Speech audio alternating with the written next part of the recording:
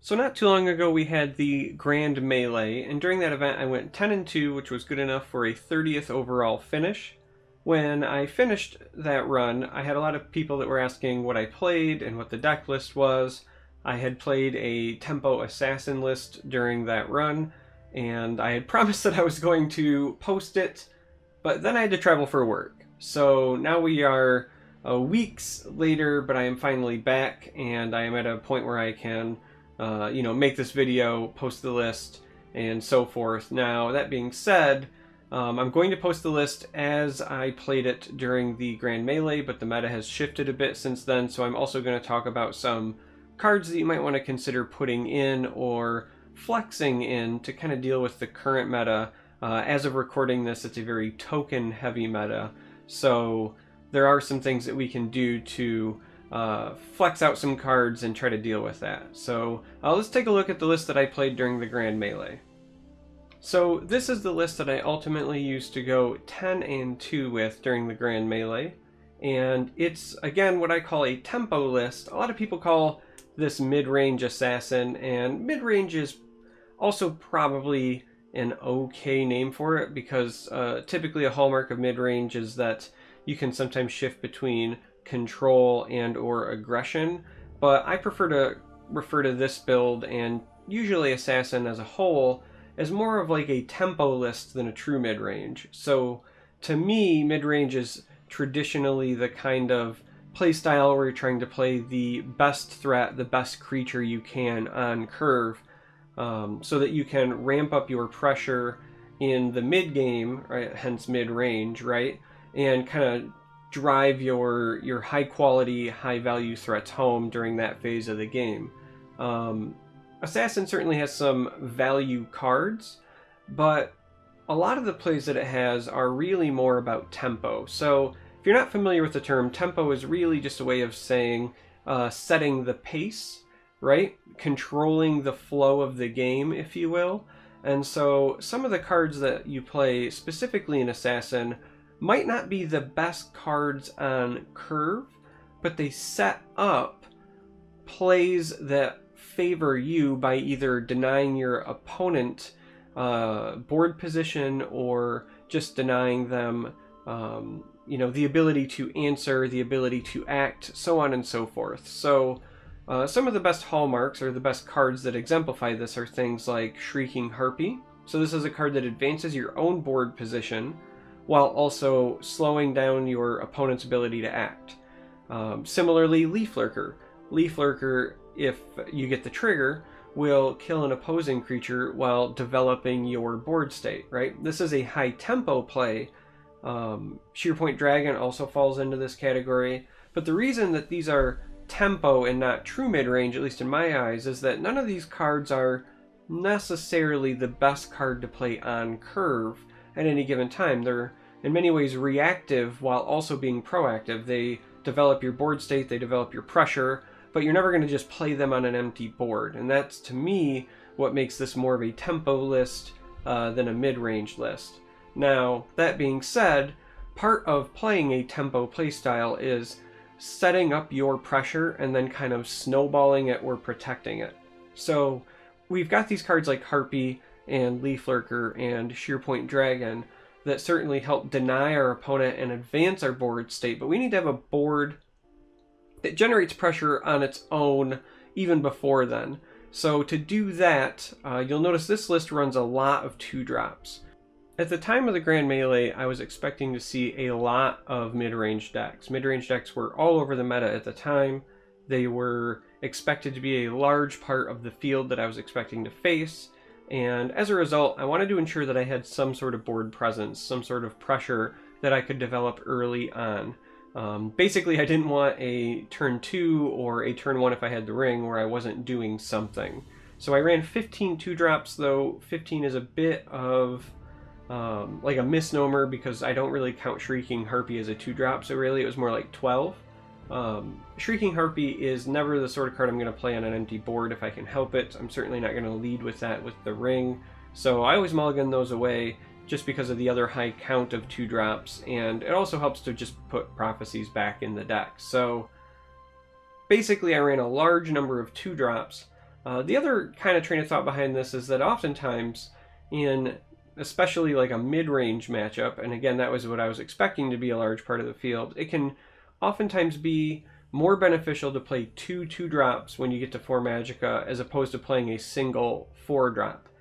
This just happens as a way to continue to pressure, right? To continue to put things on the board. So if your opponent plays 1 card and you've played 2, even if that 1 card is a direct answer or is superior, you're still generating pressure, and then hopefully when you get to your 5 and 6 slots with Leaf Lurker and Sheer Point, you can turn that into positive tempo by continuing to protect whichever threat happened to live, for example. So that was kind of my train of thought.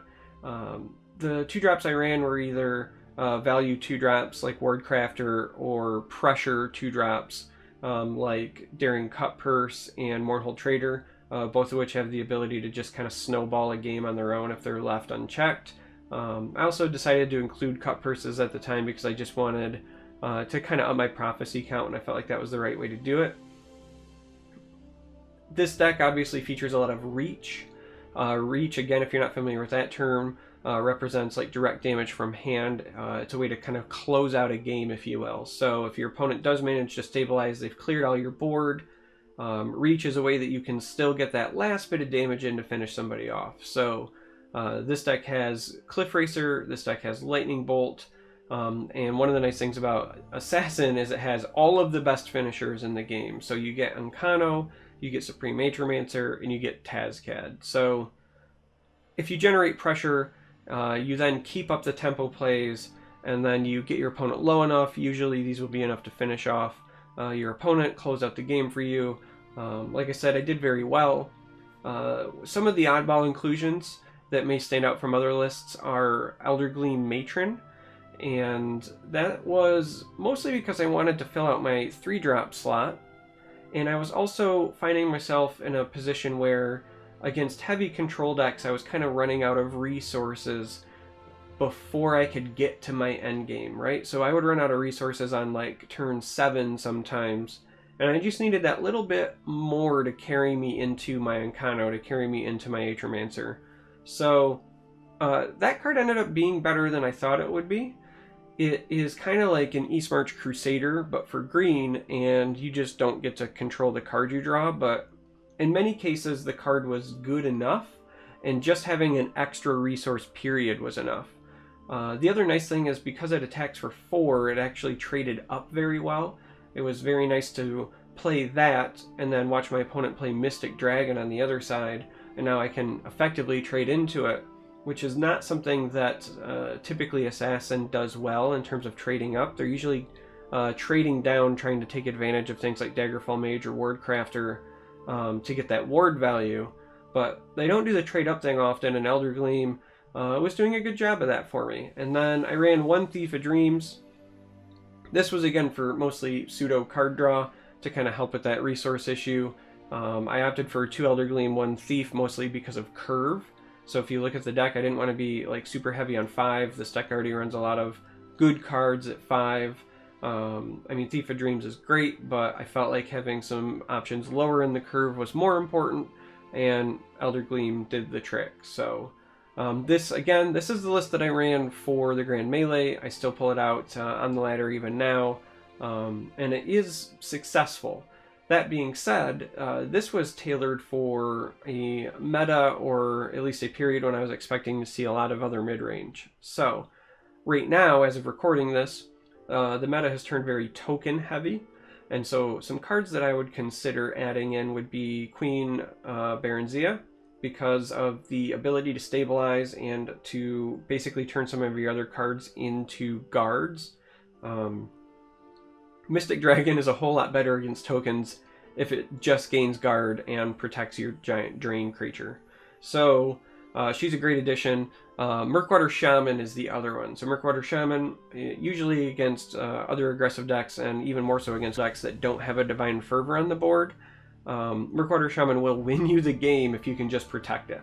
Yeah, I enjoy this deck. Assassin's one of my favorite archetypes to play. It always has been. So I was excited when I got to play this during the Grand Melee.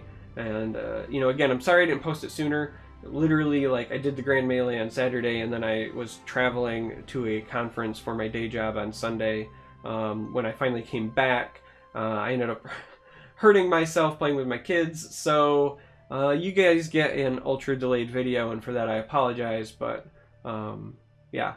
As always, we're going to close this out with showcasing some games that I have played with the deck. These are going to be games that I played on stream, so always that same caveat. If I'm talking to people or something is said that doesn't totally make sense, I'm probably responding to somebody in chat, so sorry for the out-of-context comments, but as always, I hope you enjoy the games, hope you enjoy the list.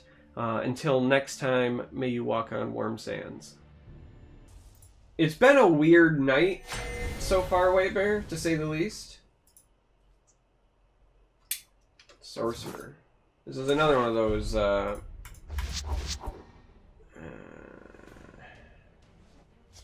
actually, I think we throw you back too, because you're not a real 2-drop. That's better. I would consider this to be high risk, low reward as well. Just because he's low enough that we'll likely drop 20 or 30 spots if we lose. Probably won't gain a ton if we win.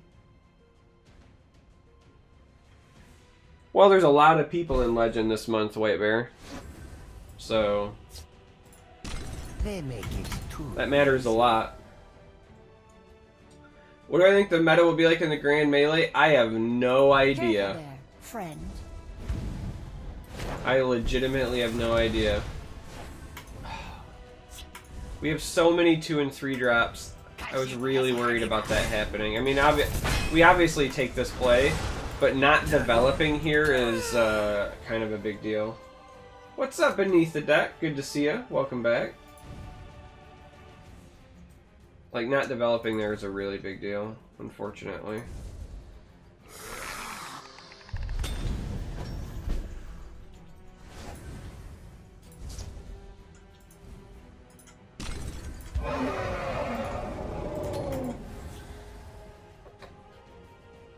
Yeah, I mean, I fully expect the Gauntlet mode to just be...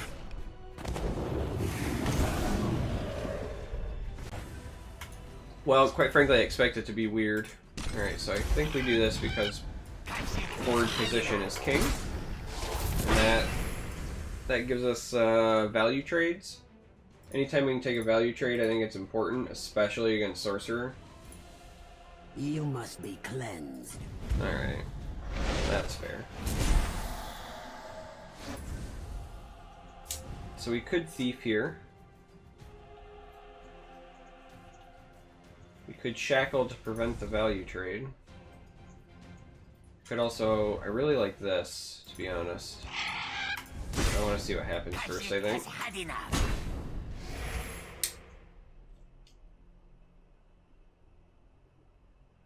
There's no reason to not lane stack, I don't think, actually. I was considering trying to take control of the field lane there, but if he drops like another Dark Guardian and he's clearly running him, then that ends up being not that great, because we're forced to like tome this to survive and we still don't generate a curse.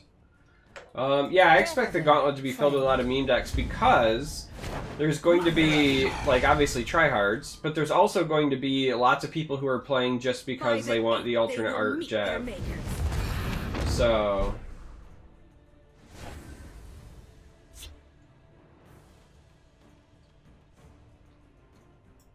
Alright, so we want this, no matter what.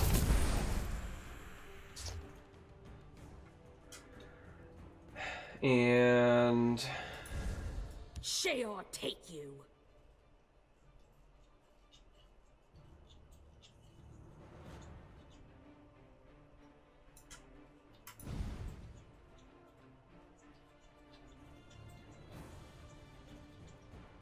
Sheor take you. I'm actually really torn about this here.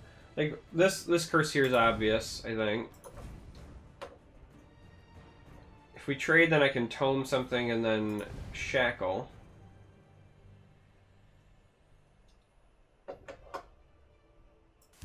that's probably the play, right? Shall take you.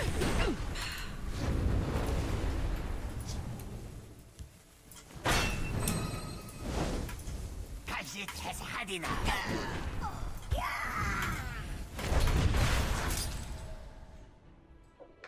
It's not ideal, but it kind of...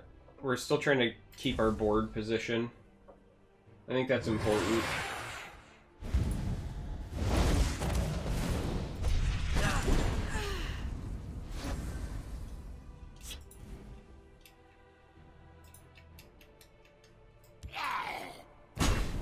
Alright.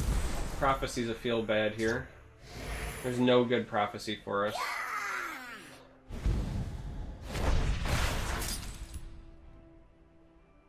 That's our last curse, huh? Well, I mean, all things considered, I think it's this, and we still take that out. This is going to trade here, and this is likely going to trade here. You and me both, buddy. You and me both.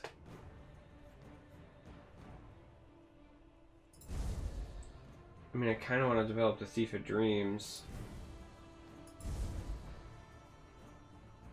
Either way, we're doing this, right? It's just how we want to spend our 6 magic on. So let's go ahead and do that.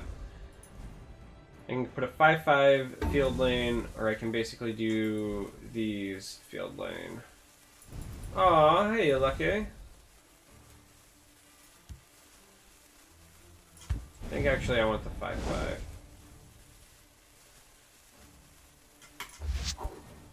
It seems Khajiit was outwitted.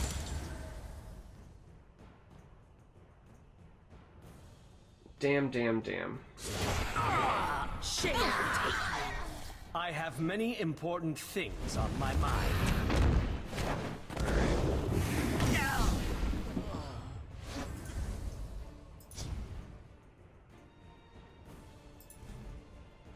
So I used Incano.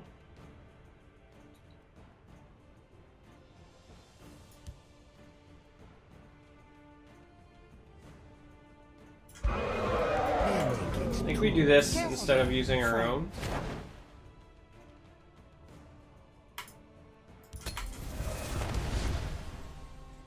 Yeah, that's all the greeting you get. I got all the greeting you need.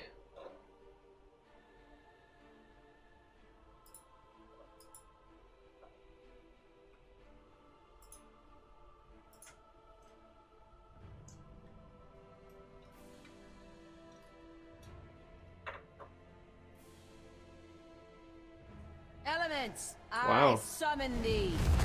I only took that path that I did because I felt like if he had Atro, he couldn't afford to play it there. And yet, it's totally the path he took. So at this point, we're just hoping for no prophecy. Alright. Your blood will spill. He doesn't have anything that gains health, so this one's a non-factor. I have many important things on my mind. Alright. I display. Good game. Been an engaging hunt.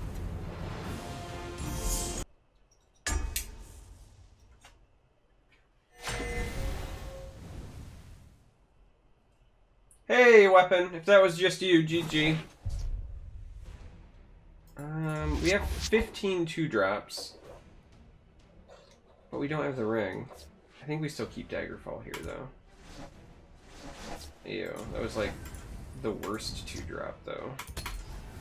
Alright, so we're going first against Warrior. Warrior's been very aggressive lately, whether it's Orcs or like the Red Deck Win style. They've all been really aggressive, so this might be rough. This is basically a dead card. The Nords If we make it to where this matters, then we've probably already lost. Wow, I'm on mid-range, and I don't even want to play any of this. I guess we play Tempo Harpy. The longer the odds, The sweeter the Yeah, maybe next time for sure.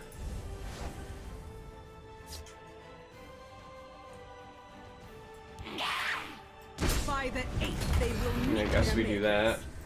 If he takes the trade, then we get ours. If he goes face, we can trade and potentially bolt there. We got a very, very awkward hand for this matchup, so we're likely going to be on the defensive a bit, which is not where I like to be. Alright. This should be good.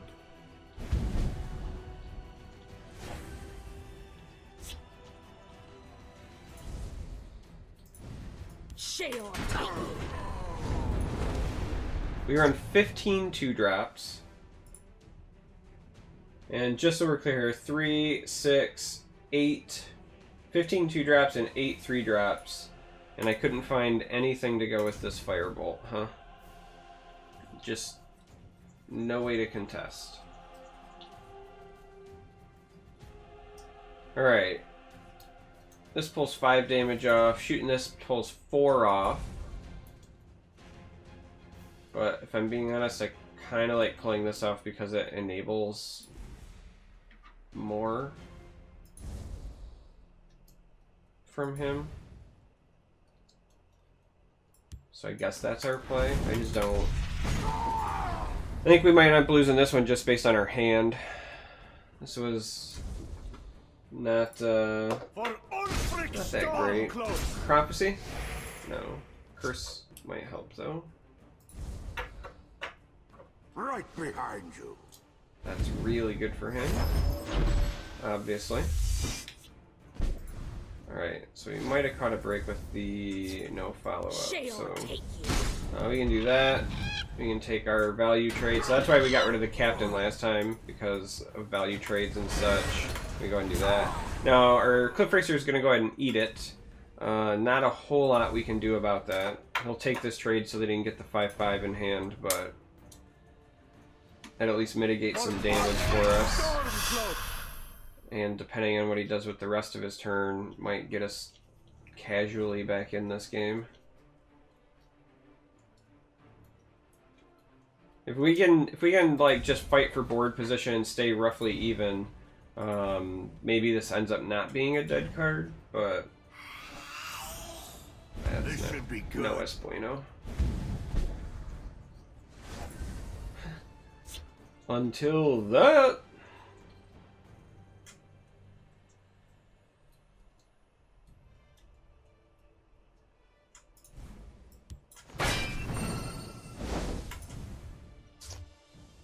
Sheol take you.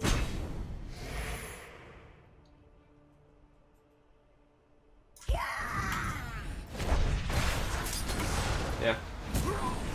If we go that route.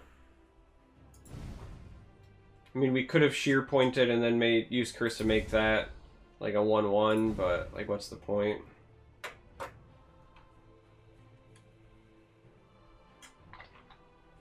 At this point, he's only up 1 card on us from the patrol.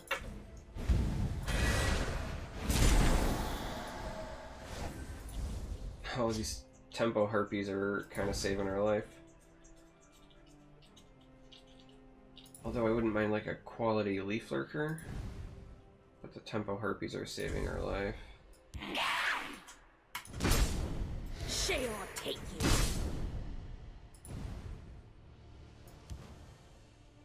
Just give me a name.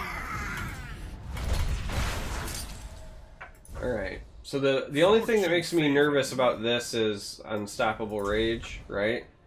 He very well could play it. While a lot of people don't, it doesn't mean that Care to join me on the hunt? it's not a thing. Care to join me on the hunt? Wow. Alright. We no longer are gonna come close to him in resources, so at this point, it is now like full on press our resource advantage as best we can.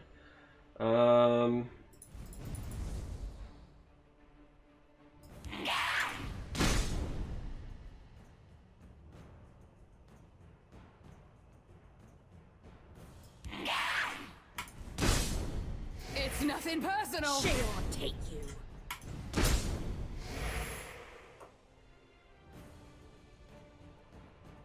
Close ranks. Let nothing through. Alright.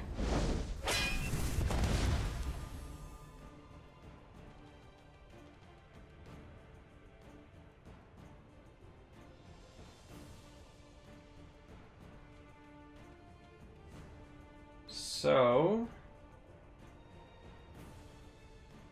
I think proper play is this and this. We do this because now he has to double trade into this. I mean, he could keep this alive if this hits this, but basically we didn't want a single creature to trade into this. And we're just trying to keep things alive because we've got some reach, right? So, now he still has a lot of damage on board.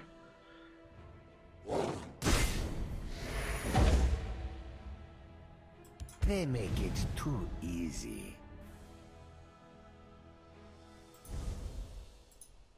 Yeah, that sounds pretty gross, White Bear. This is not a good sign for us. If he's not trading, that means he's got enough for lethal somewhere in there.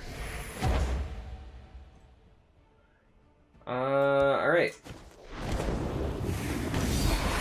Yeah, it pumps up a guy. But it's -3 damage. Which is kind of a big deal, I feel. Like that. That might have been massive.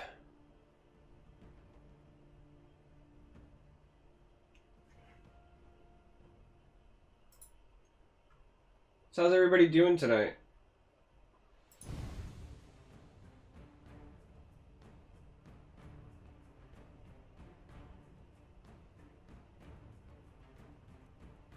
Do you not fear me, mortal? You should. Close ranks. Let nothing through. Alright, legit, the sower is kind of a big deal.